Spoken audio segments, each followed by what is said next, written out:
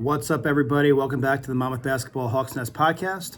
No intro today, no music. Got to do this kind of quick.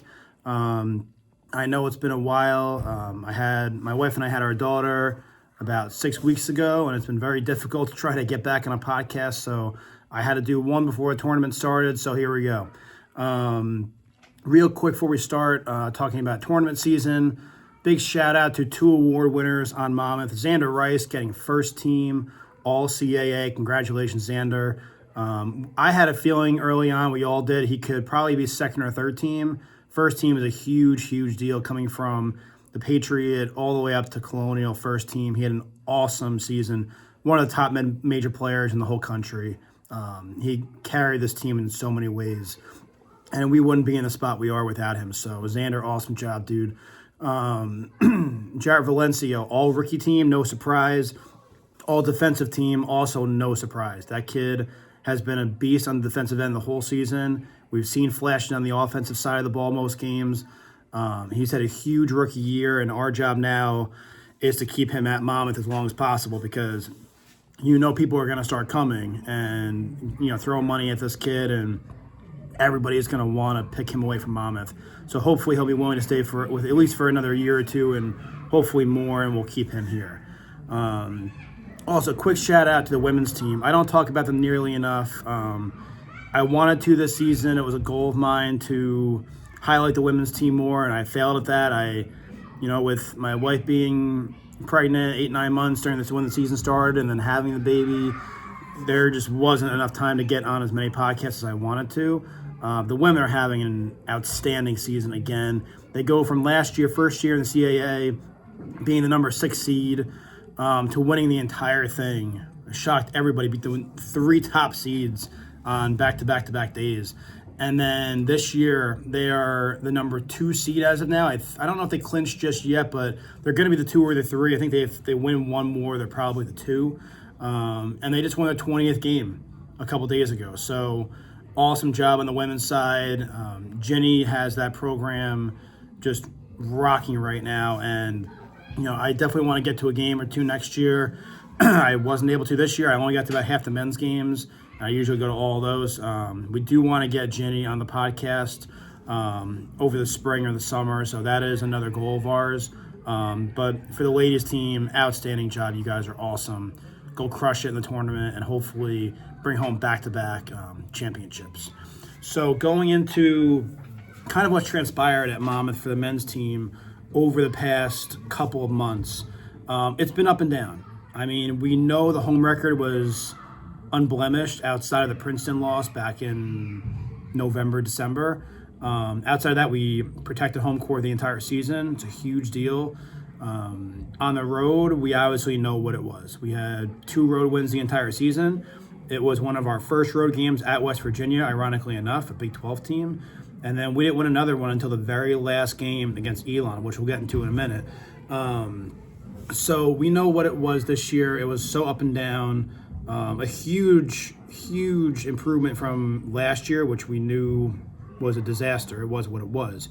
So credit to King and his staff and his team for not being willing to take a backseat to anybody this year. And they really made a huge jump in this conference. And we'll talk about just how close we were to not being the 8th seed, but being close to the very top of the standings. They beat Campbell, who we're going to play in the first round, on the buzzer beater. We didn't play well towards the end of that game. We had a lead. We blew it right at the end. It looked kind of not so great for us, and Xander decided to be a hero and hit a half-court bomb to win it. And he hit a 3 right before, a couple seconds before that. I mean, Xander just brought us back from the dead that game. We killed Stony Brook. We had 2 really bad losses. One at Hampton. It's not excusable what happened down there. I know it's Virginia. You got to drive a little bit. It's a road game, but they're the bottom team of the conference. They've gotten close in some games this year. They took Charleston down to the wire, but they've lost a lot of their games by 20, 30 points most nights, and it's just not a game you can lose. And then they had a blowout loss to Towson, and we just weren't in the game. We weren't ready. Towson's a solid team, but we did beat them the first time. They crushed us in round 2. The reverse of that, we lost Stony Brook the first time, and we crushed them in round 2. So it just seems like whether we're home or away, it's just huge splits across the board. We lost a bad one at Northeastern. We crushed them. I was there for that game at home. We destroyed them. We were up by almost 30 at one point. And to lose that game on the road, it just, it's not something you think is going to happen. You pencil that in as a win the second you crush them at home, and then you lose that game, and it puts you in a rough spot trying to climb up the standings. So in the end, here's how close Monmouth was to climbing the standings. So if you win those games versus Hampton and Northeastern, okay, 2 games you absolutely should have. Now, not knocking those programs, but our team is just better, okay?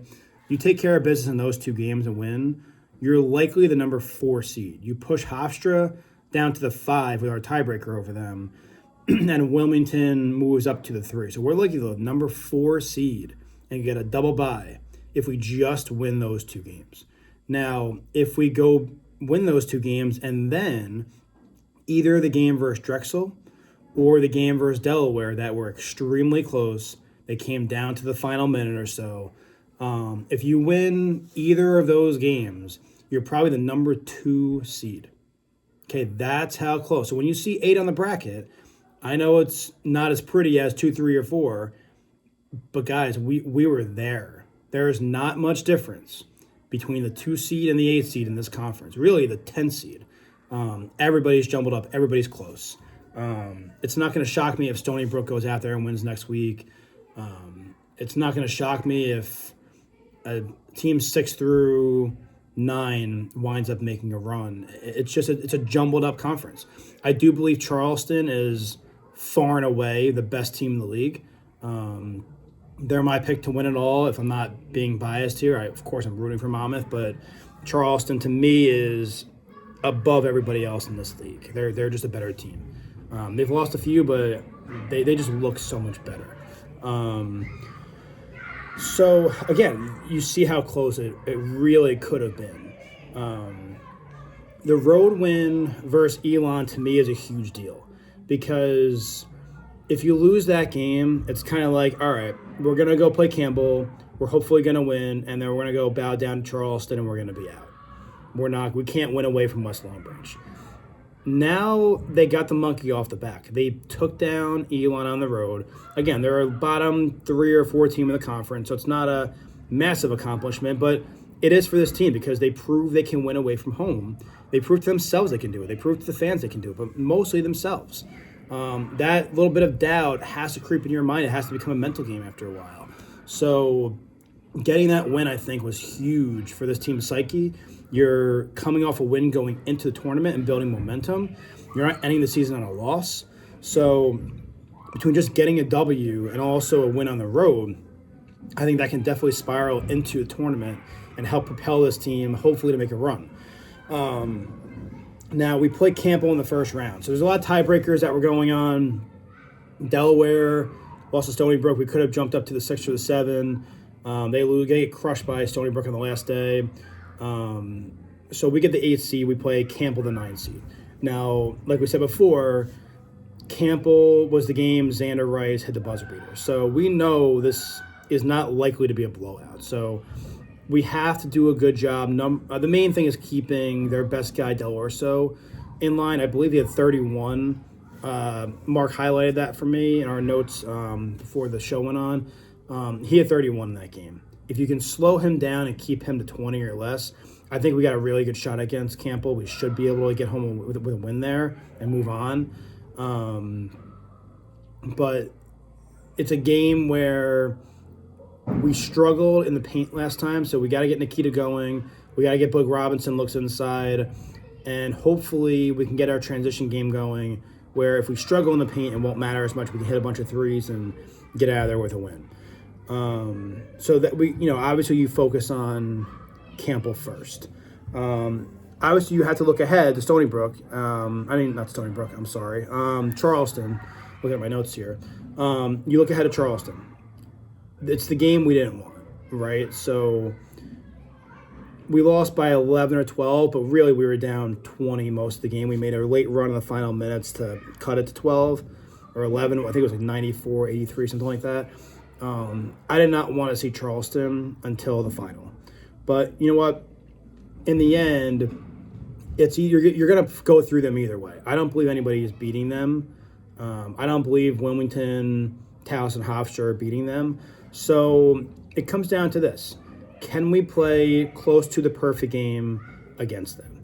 Now, what does that mean? It means Nikita has to be a force in the paint. He's been great the last couple of weeks, especially. All year, Nikita's been awesome. Had he been a little more consistent, he'd probably be considered for third team All-CAA.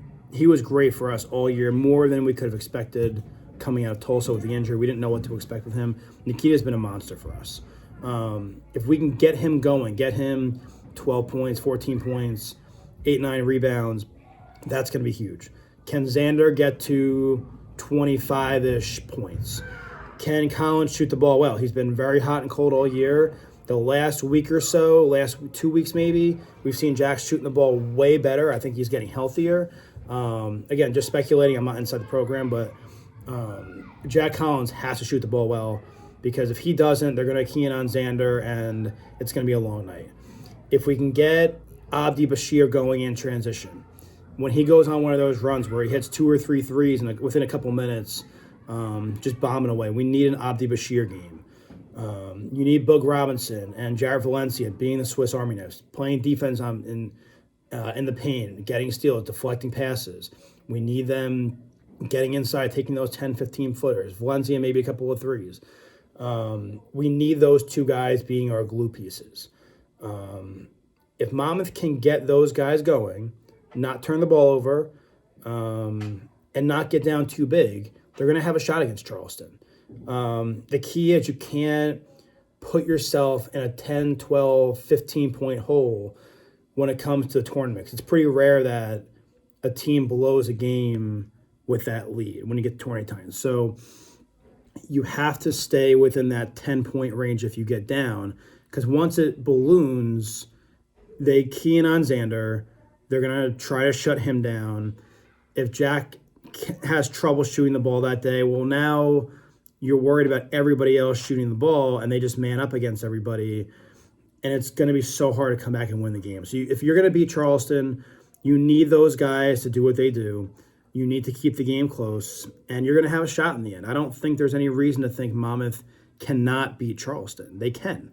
But it's going to come down to, first of all, just taking care of business against Campbell. And then all those things kind of have to go right. We have to play close to the perfect game to beat Charleston. And everybody does. It's not just us. It's if Hofstra, Drexel, Towson, Wilmington, Delaware, if any of them have a couple of guys not play well or a couple of things not go their way, you're not beating Charleston. You're just not. They are the best team. They're the top team. All right, they're a 12 or 13 seed, and I think anybody else who wins the Colonial is going to be at 14. All right, so they are a legit mid-major contender this year. So if Monmouth can get through Campbell and get through Charleston somehow, you move on to, I believe, Wilmington. Let me get my bracket up.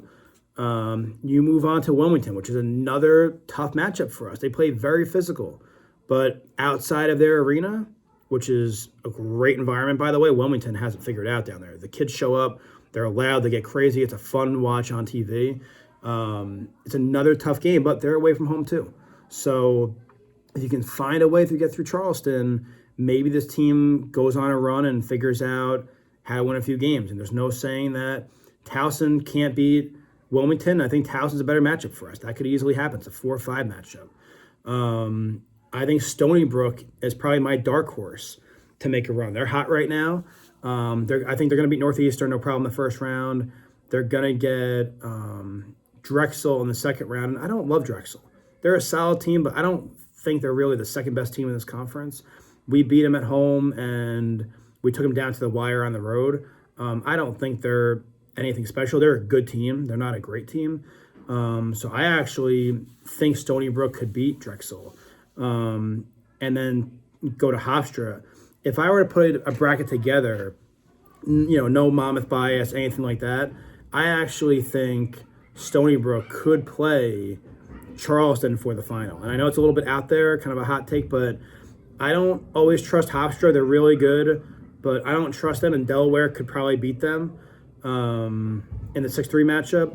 Drexel, I think, could lose to Stony Brook. Stony Brook plays the day before. They might be a little more rested, but they might all, Stony Brook could get hot and kind of get a feel for the court and get a feel for the rims and get a little momentum from the first day. It's not always easy playing a team when you have the bye and they don't. You're more rested, but they're warmed up a little bit. So Stony Brook is actually my dark horse to make not only the semifinal, but also the final. I'm hoping it's Monmouth on the other side. I really hope somehow we can make it happen. It's a tall order against Charleston, but it's not out of the question. I do believe this team can do it. This team at Monmouth has come so far. They played awesome at home. And if you really look at the metrics, I got to think at home, they're close to a top 100, 125 probably team in the country at home. I believe there's top 100 teams that we could definitely beat at home. And then on the road, we're like a bottom 100 team. That's just who we are on the road. We won both of our neutral site games this year. All right, so it's not really a road game. There's no road fans coming at us. But I do think on a neutral court, we're going to have a shot here. And this team is finding momentum. Most of their guys are in good shape right now and healthy, and we seem to have our whole team kind of pieced back together. Certain guys are getting hot right now at the right time, especially Jack Collins, and I think that can help propel this team to get past Charleston and try to make a semifinal run. And once you're in the semifinals, guys, once you're in the Final Four of a conference tournament, it's anybody's game. It doesn't matter. We've seen 9, 10, 11 seeds run through these small to mid-major conferences and get hot for a weekend, and they're sitting on the bracket as a 16 or a 15 seed in March, and they're there. So there's no reason it can't be us. Is it a long road ahead and a tough task? Absolutely. All right, we're playing one of the best mid-majors in the country in the second round as long as we get there. So it's not going to be easy, but I am very much looking forward to it and seeing what this Monmouth team can do this weekend. Tip-off is 12 o'clock noon tomorrow, which is Saturday. I believe if we win versus Campbell, Charleston will also be a 12 o'clock tip on Sunday. If we get into the semifinals, that's Monday night at 6, and then the final is 7 o'clock on Tuesday night, March 12th. So we'll see how far we can get. I think we're going to see some upsets in this tournament. I don't know how many from that 11 through 14 range. I don't trust Elon, Hampton, William & Mary, A&T. I don't trust any of them to win a second-round game. I think Delaware, Stony Brook, Towson all get through.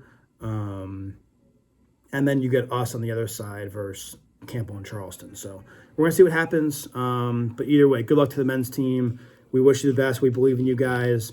And if you're going down to D.C., get loud down there. I cannot make it. I got a 6-week-old at home and helping my wife take care of her, so I got to be home. And so we'll be watching from TV, and I'm hoping our daughter can be a little good luck charm in her first March Madness experience with the Monmouth Hawks. So hope you guys are all doing well. Stay healthy out there, and go Hawks. Talk to you soon.